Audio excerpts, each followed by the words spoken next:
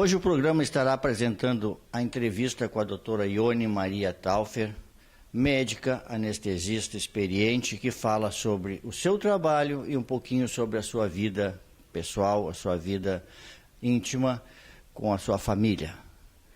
Vamos também apresentar para vocês a Semana Farroupilha, com o desfile em Novo Hamburgo, um desfile que foi muito bem, com uma presença de pessoas grande, acredito eu até que mais do que o 7 de setembro, em que as pessoas fizeram a sua homenagem à Semana Farroupilha neste desfile, com a apresentação de várias escolas, a cavalaria e as pessoas muito bem representadas. Vamos ao programa.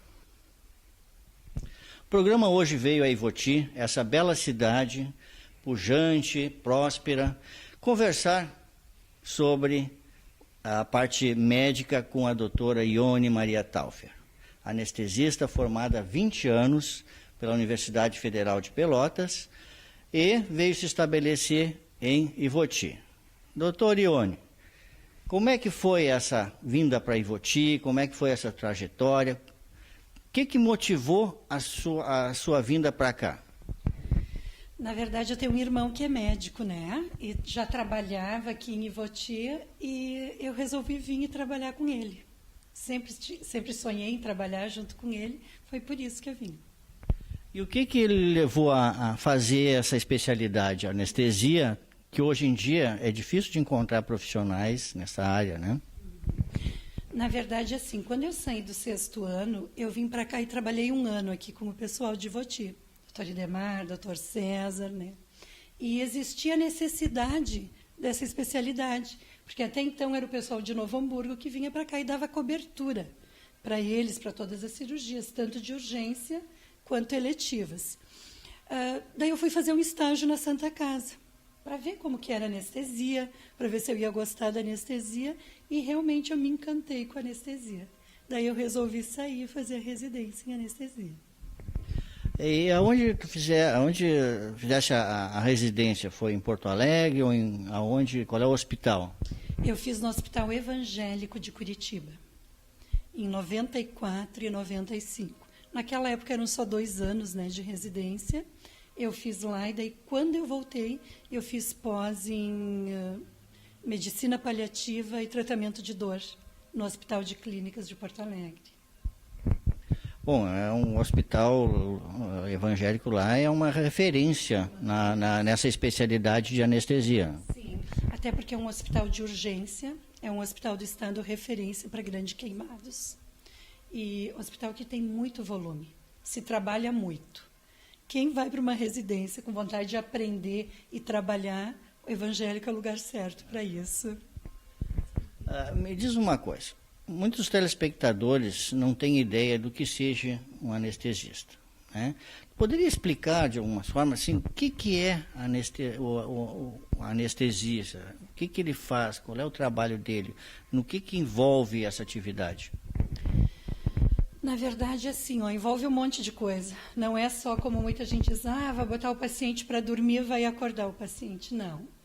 Na verdade, o paciente, quando que está...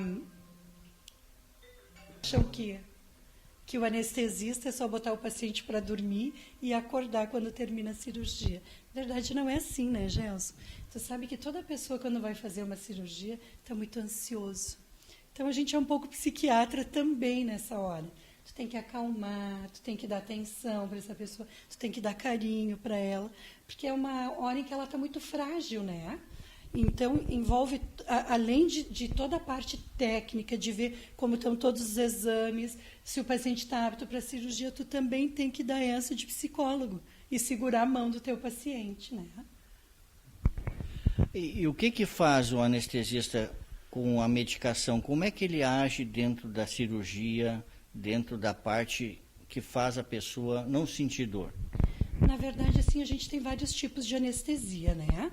Mas o mais comum, vou falar de uma maneira bem simplificada, ou tu faz bloqueios no paciente, ou tu faz anestesia geral. O que é anestesia geral? Tu tem que botar o paciente para dormir e ele não pode sentir dor. e tem que estar relaxado ao mesmo tempo para o cirurgião poder operar de maneira tranquila. Enquanto isso, a gente coloca no carrinho de anestesia para ir ventilando.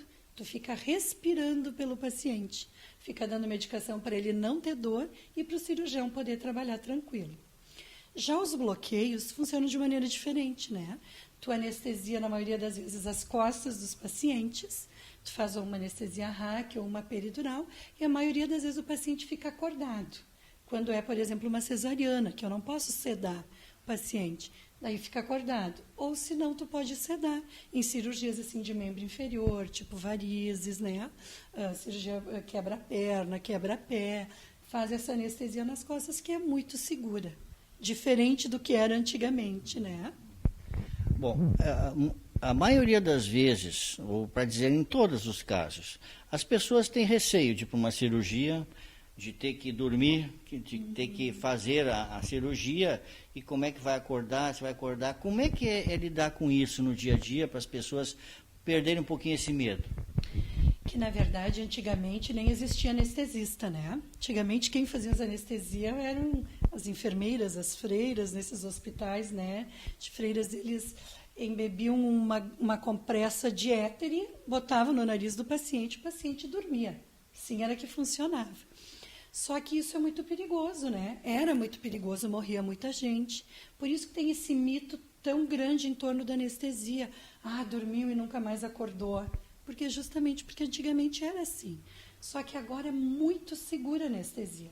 Além de drogas novas que a gente tem assim, ó, inúmeros aparelhos que nos dão parâmetros de tudo no paciente. De pressão, de como está respirando, como está ventilando, como está oxigenando o cérebro, né? Como que está a frequência cardíaca do paciente, se ele está sentindo dor, se não está sentindo dor, se está dormindo mesmo. Então, a anestesia agora é muito segura. Então, as pessoas que têm que fazer cirurgia, podem ir para a cirurgia de maneira bem tranquila, porque as coisas que acontecem, as complicações, tem complicações inerentes às técnicas e tem também, cada pessoa é uma pessoa. Às vezes as pessoas têm alergias a alguns tipos de medicamento que fazem o que a gente chama de choque anafilático. Mas todo anestesista está preparado para tratar também esse tipo de coisa. Inclusive os exames, né, pré-operatórios já possibilitam uma avaliação boa do paciente, sim, daquilo que é possível ter algum risco, né, e de como evitar.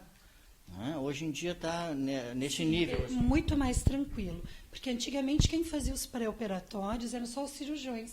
Os cirurgiões faziam os exames, não, tá bom, vamos fazer a cirurgia. Agora não, agora existe uma coisa que se chama consulta pré-anestésica, onde que tu tem contato com o teu paciente, tu explica, tu vê a cirurgia que ele vai fazer, tu explica para ele como é que vai ser a anestesia, o que tu vai usar, complicações que podem acontecer disso, né? Então, agora é muito mais tranquilo tu lidar com isso. Os aparelhos de anestesia hoje só faltam falar, o resto eles fazem tudo. Então, é muito mais tranquilo tu trabalhar agora do que há 20 anos atrás, quando eu vim para cá. E esse contato com o anestesista antes da cirurgia faz com que a pessoa também se sinta mais tranquila, porque ela passa essas informações e passa um pouco da tranquilidade que ela deve ter para relaxar dentro desse procedimento. Além de ter anestesista do lado para confortar nesse momento. Sim, isso é muito importante, esse contato que tu tem prévio com o teu paciente. Tu consegue passar tranquilidade para ele. Um paciente tranquilo numa cirurgia, eu sempre digo, meio caminho andado. Porque o paciente não vai ter crise hipertensiva, se ele está extremamente ansioso, dispara o coração, sobe a pressão, faz hiperventilação, tem muitas coisas que pode fazer. Se tu tranquiliza o teu paciente, tudo anda tranquilo. É uma orientação de uma profissional bastante experiência e que sabe lidar com aquilo que está fazendo todos os dias para deixar as pessoas numa situação confortável. Na realidade, o trabalho médico, né, basicamente é para tirar a dor, aliviar a dor das pessoas. Né? E isso o anestesista está completamente preparado com as suas medicações e seus aparelhos. Sim, com certeza.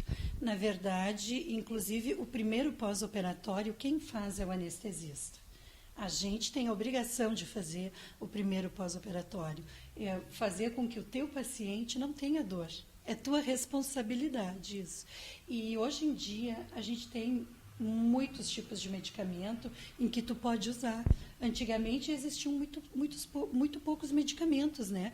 Tanto que tu vê as pessoas que faziam cirurgia antigamente tinham muito medo, mas eu senti muita dor depois, eu fiquei muito desconfortável. Não tem necessidade disso, porque agora, e até porque as pessoas aprenderam a lidar melhor com as medicações.